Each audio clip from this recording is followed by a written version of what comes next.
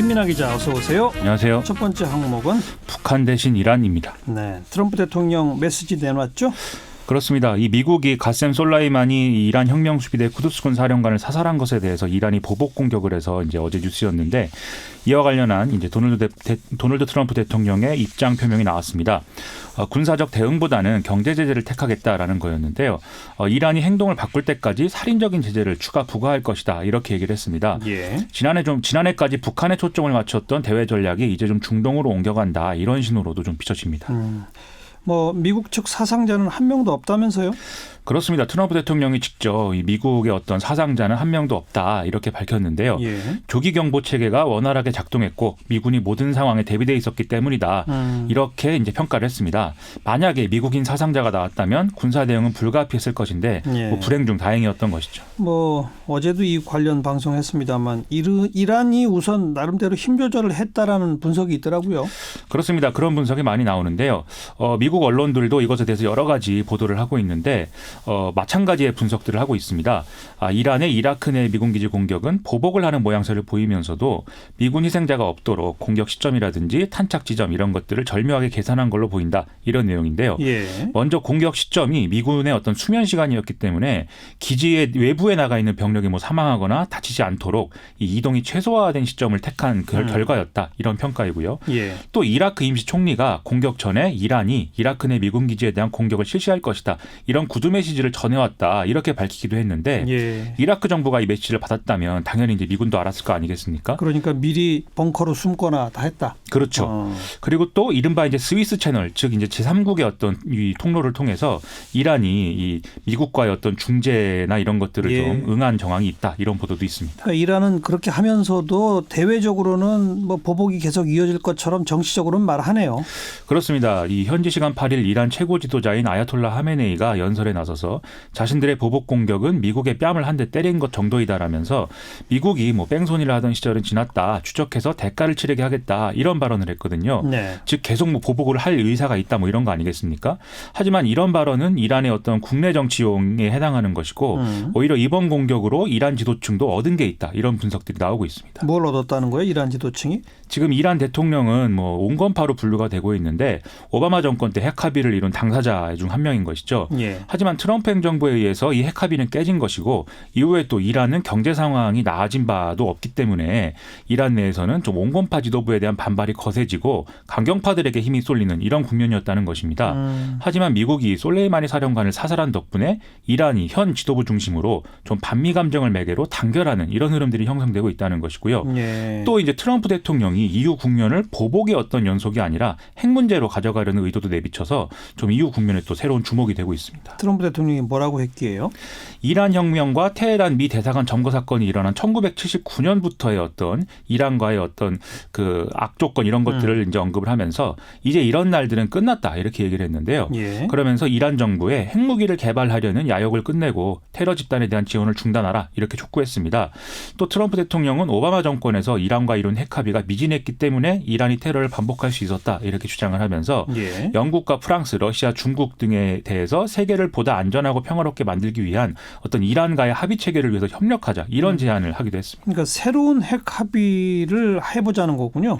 그런 취지로 이제 비춰지는 게 예. 트럼프 대통령이 이런 얘기도 했거든요. 이란이 번창하고 번영할 수 있는 아직 손대지 않은 어마어마한 잠재력을 활용할 수 있는 이런 합의를 체결해야 된다. 이란은 위대한 나라가 될 수도 있다. 이렇게 이제 얘기를 한 것인데요. 예. 이제 북한과의 이제 논의에서도 이런 항상 식의 쓰던 표현이죠. 그렇습니다. 이런 발언을 또 한 바 있지 않습니까? 그리고 아울러 유엔 주재 미국 대사가 유엔 안보리에 이란과 전제 조건 없이 대화할 용의가 있다는 내용의 서한을 보냈다는 소식도 나오고 있어서 네. 좀 합의를 중심에 놓은 상황들이 이어질 것 같습니다. 그럼 군사적 충돌 위기 이런 상황은 이제 종결인가요? 이란과 미국의 직접적 충돌은 피한 것이고 이제 새로운 합의 국면으로 들어갈 가능성이 커진 것은 분명한데요. 다만 중동 정세 자체가 불안정해졌다. 이것은 좀 문제인 것 같습니다.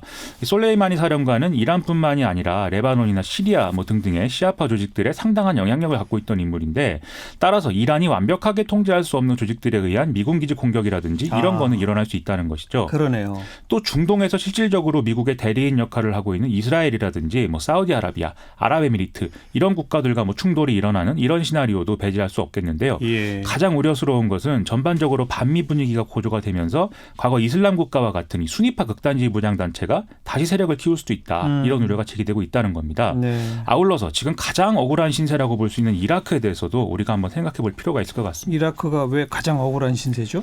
최근 일어난 미국과 이란의 충돌 무대는 지금 다 이라크에서 벌어졌던 것이고 그렇죠. 또 이번 사태에 휘말려서 사망한 이라크 사람들도 있거든요. 예. 이라크 사람들 입장에서 보면 미국이나 또 자신들의 있는 미군 기지에 미사일을 발사한 이란이나 다 자기들 주권을 침해하고 있는 상황 아니겠습니까? 하긴 그러네요. 그렇죠.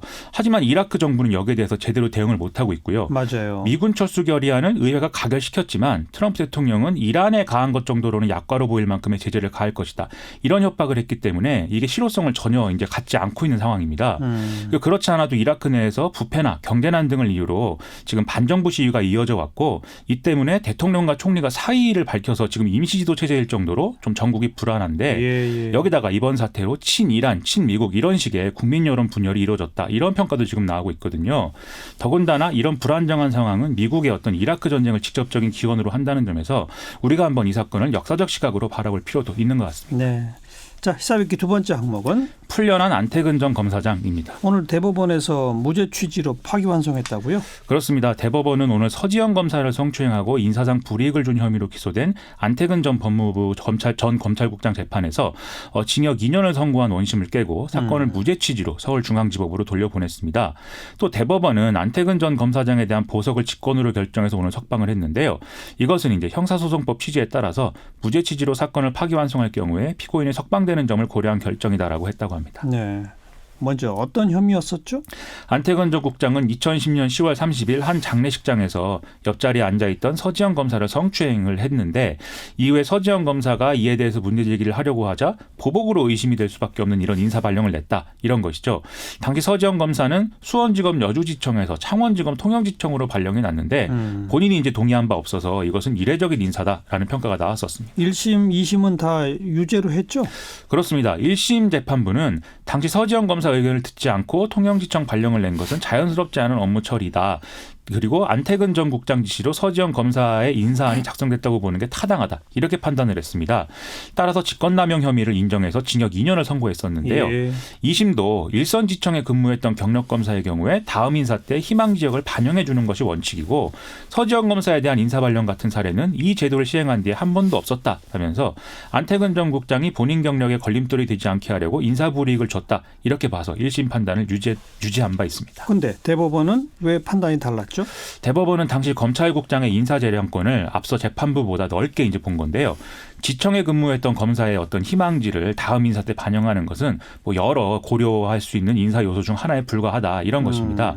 따라서 안태근 전 국장이 법령상 의무 없는 일을 한 것으로는 볼 수 없고 그에 따라서 직권남용죄도 성립하지 않으므로 2심 재판을 다시 해야 한다는 취지입니다. 네, 서지현 검사가 입장을 밝혔다고요? 오늘 페이스북에 글을 올렸는데요. 대법원이 직권남용의 직권에 대한 재량을 넓혀서 남용을 매우 협소하게 판단한 것은 도저히 납득하기 어렵다 이렇게 썼습니다. 그러면서 법리는 차치하고 그 많은 검사들의 어떤 새빨간 거짓말에도 불구하고 안태근 전 국장이 이 지청 근무 검사의 희망지를 반영하는 제도를 위배해서 인사를 지시했다. 이 사실 인정이 유지된 것은 위안이 된다 이렇게 밝혔는데요. 예. 즉 최소한 자신이 알고 있는 사실에 대해서 진술한 것은 진실이다라는 것은 확인이 됐다라는 점을 이제 얘기를 하고 있는 거죠. 그러면서 희망을 마지막까지 놓지 않겠다 이렇게 좀 의지를 밝혔습니다. 네, 여기까지 수고하셨어요. 고맙습니다. 김민아 기자였어요.